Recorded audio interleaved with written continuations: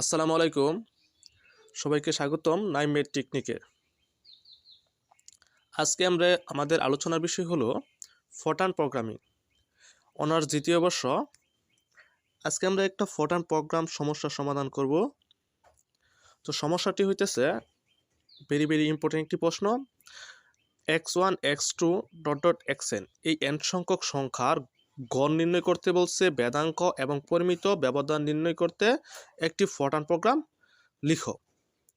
তো এই ফরট্রান প্রোগ্রামটা আজকে আমরা সমাধান করব। তো সলিউশনে চলে গেলাম। Parameter n equal to 10, parameter তো ধরে নিচ্ছি n equal to 10। তো n equal to 10 কেন ধরছি? এই যে n সংখ্যক বলছে 1 2 n সংখ্যক, n সংখ্যক বলছে 1 মানে n এর মান 10 ধরে নিচ্ছি, 5 ধরে নিতে পারবা, n 100 ধরে নিতে পারবা, যা ইচ্ছা n সংখ্যক সংখ্যার ভিতরে ধরলেই হবে। তারপর ডাইমেনশন xn। এখন ডাইমেনশন কেন দিছি? ডাইমেনশন দিছি এই প্যারামিটার দিলে অবশ্যই ডাইমেনশন দিতে করতে হবে। তো ডাইমেনশন xn কাকে ডাইমেনশন করছি? এই যে n সংখ্যক সংখ্যার xn কে করছি। তা রিড করতেছি xi। এখন xi কই থেকে আসছে? এই xi এই যে এখানে i x1 x2 xn বা x3 যা আছে xn, তাই আমরা এখানে ধরে নিচ্ছি xi। এই 1 2 3 n সংখ্যক পর্যন্ত যে আছে এটা ধরে নিচ্ছি i। তো xi ইকুয়াল টু এই যে আবার লিখে দিচ্ছি i ইকুয়াল টু 1 থেকে n পর্যন্ত। যে সাম আমাদের প্রথম কি নির্ণয় করতে বলছে? এই যে গড় নির্ণয় করতে বলছে। তাই গড়টা যেহেতু নির্ণয় করতে বলছে তাহলে আমরা সাম ইকুয়াল টু যেহেতু বাস্তব সংখ্যা তাই 0.0 ধরে নিচ্ছি। ডো শুরু হয়েছে, এখন ডো লুপ শুরু করছি। ডো লুপ একটা লেভেল নাম্বার দিচ্ছি 13। তোমরা যদি লেভেল নাম্বার দিয়ে তোমরা যদি লেভেল নাম্বার দিয়ে করো তাহলে এখানে কন্টিনিউ লিখতে হবে, আর যদি এখানে লেভেল নাম্বার না দাও তাহলে এখানে ইনটু লিখতে হবে ডোর পরিবর্তে।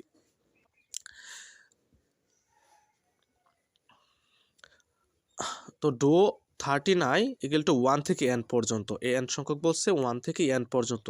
তো সাম যোগফল আমরা প্রথম কি গড় নির্ণয় করতেছি। তো গড়টা হইতেছে উপরের সংখ্যার যোগফল বাই যত সংখ্যা আছে অতটা ভাগ হবে। তো সাম উপরের সংখ্যার যোগফলটা হইতেছে কি?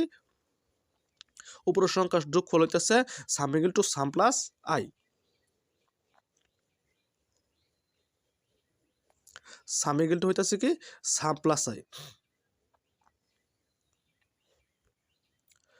সাম equal to some plus I. আচ্ছা, এটা হচ্ছে সূত্র। এখন এই যে লেভেল নাম্বার দিছি বলছি একটু আগে, যে যদি লেভেল নাম্বার দেয় তাহলে এটা অবশ্যই কন্টিনিউ করতে হবে, ডো কন্টিনিউ লুপ দিতে হবে। এখানে এই যে লেভেল নাম্বারটা এটার সাইডে বসায় দিছি, তারপর এটা ডোকে কন্টিনিউ করে দিছি। আমার এটুকের কাজ শেষ। এখন আমরা কি করব? এম সূত্র ফলাইব। কার সূত্র? গড়ের সূত্র। গড়ের সূত্রটা হইতেছে এম গড় ইকুয়াল টু এম দা প্রকাশ করতেছে এরিথমেটিক মিন। তো এম ইকুয়াল টু সাম, এই সম্পূর্ণটা এই যে এখানে যে এই যে এটা সম্পূর্ণটার যোগফল বাই ফ্লোটেন। একটু আগে বলছি যে উপরের সম্পূর্ণ গড়টা হবে কেমনে? উপরের সবগুলার যোগফল বাই যত সংখ্যা থাকবে অত সংখ্যা দিয়ে ভাগ হবে। তো ফ্লোটেন, ফ্লোট এন কে ফ্লোট কেন দিচ্ছি? যেহেতু বাস্তব সংখ্যা তাহলে অবশ্যই ফ্লোট দিয়ে করতে হবে। তো আমার কি এই যে গড় নির্ণয় শেষ। তারপর বলছে বেদাঙ্ক এবং পরিমিত ব্যবধান। এখন বেদাঙ্ক নির্ণয় করব।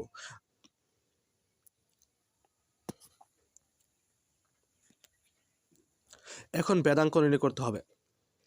তো বেদাঙ্কের মাঝে আবার ধরে নিচ্ছি সাম 1 ইকুয়াল টু 0.0। আগেরটা সাম ধরছিলাম, এখন সাম 1 ধরছি, বা সাম 2 ধরতে পারো, ওটা সমস্যা নাই। মানে সামের পরে একটা সংখ্যা দিছি সাম 1।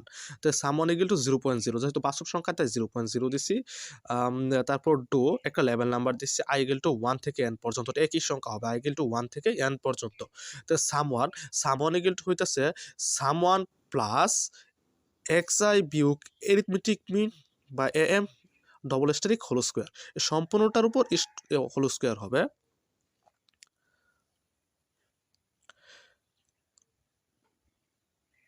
এই সম্পূর্ণটার উপর হোল স্কোয়ার, এটা হচ্ছে সূত্র। এই যে এই স্কোয়ার বারের বা বেদাঙ্ক নির্ণয়ের সূত্রটা হচ্ছে এরকম যে sum 1 equal to sum 1 plus xi বিয়োগ m double asterisk whole square. তারপর এই যে ডো দিচ্ছি আমরা, ডোটা কি আবার যেহেতু ডো লুপ লেভেল নাম্বার দিয়ে করছি তাই আবার কন্টিনিউ দিচ্ছি। এখানে একটা এই লেভেল নাম্বারটা এখানে যা দিচ্ছি এখানে তাই বসায় দিচ্ছি। আবার এই যে এখানে দেখো যে লেভেল নাম্বারটা 30 নিয়েছিলাম এখানে 30 বসায় দিচ্ছি। 5 দিলে 5 বসাইতে পারবা, যা ইচ্ছা যত খুশি লেভেল নাম্বার দেওয়া যাবে, সমস্যা নেই। তারপরে যে কন্টিনিউ দিচ্ছি। আচ্ছা, তো আমার এটুকের কাজ শেষ। এখন আমরা সূত্র ফেলবো। কার সূত্র? এখন হইতেছে যে বেদাঙ্ক, এই বেদাঙ্ক সূত্র ফেলবো। বেদাঙ্ক সূত্র হইতেছে বার ইকুয়াল টু এই সমস্তটার যোগফল। এই যে এখানে লিখছি যে আমরা যোগফল নির্ণয় করছি, এই সমস্তটার যোগফল বাই ফ্লোট এন দিয়ে ভাগ করে দিলেই তাহলে আমরা বেদাঙ্ক পেয়ে যাব। তো ফ্লোটেন দিয়ে দিচ্ছি, ফ্লোটেন। তো বেদাঙ্ক নির্ণয় হয়ে গেছে গা।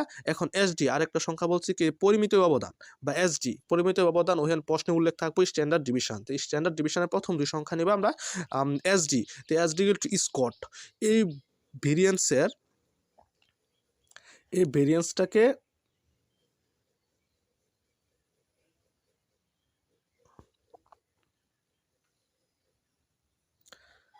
এই ভেরিয়েন্সটাকে যদি আমরা ফ্লোট এন দ্বারা অথবা এন দ্বারা ভাগ করি তাহলে আমরা কি পেয়ে যাব?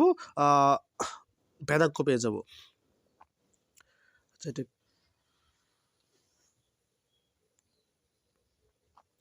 সাম বা ভেরিয়েন্স পেয়ে গেছি আমরা। এখন ভেরিয়েন্স বা বেদাঙ্ক পেয়ে গেছি। এখন এসডি, এসডি হইতেছে এই যে বলছি কি পরিমিত ব্যবধান বা স্ট্যান্ডার্ড ডিভিশন। এসডি কই থেকে আসতেছে যে স্কোয়ার বা বেদাঙ্করে রুট করে দিলেই তাহলে আমরা এসডি বা পরিমিত ব্যবধান পেয়ে যাব। রুট করে দিচ্ছি এই বেদাঙ্কটার স্কোয়ার লিখছি, রুট যেহেতু তো রুটের হইতেছে স্কোয়ার, বার দিচ্ছি বেদাঙ্কর উপর রুট। এখন আমরা কি করব? প্রিন্ট করে দিব। কাদেরকে প্রিন্ট করব? প্রথমে প্রিন্ট করব গড়কে, প্রিন্ট করব বেদাঙ্ককে, প্রিন্ট করব তার পরিমিত ব্যবধানকে প্রিন্ট করব। এখন কি বেদাঙ্ক আছে কি?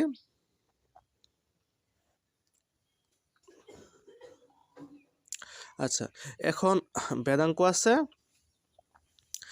প্রিন্ট না, প্রথম হচ্ছে এরিথমেটিক মিন বা গড়। প্রথম বলছে কি গড়কে বেদাঙ্ক করতে, তো প্রিন্ট করতেছি কাকে? এরিথমেটিক মিন। এই যে আমরা এম লিখছিলাম যে এই যে একটু,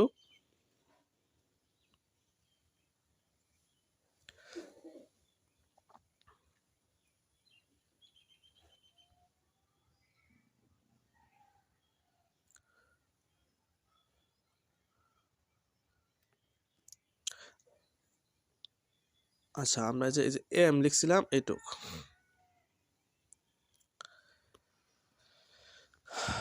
আচ্ছা, এই যে এম প্রিন্ট করতেছি এরিথমেটিক মিন বা গড়, এম ইকুয়াল এম।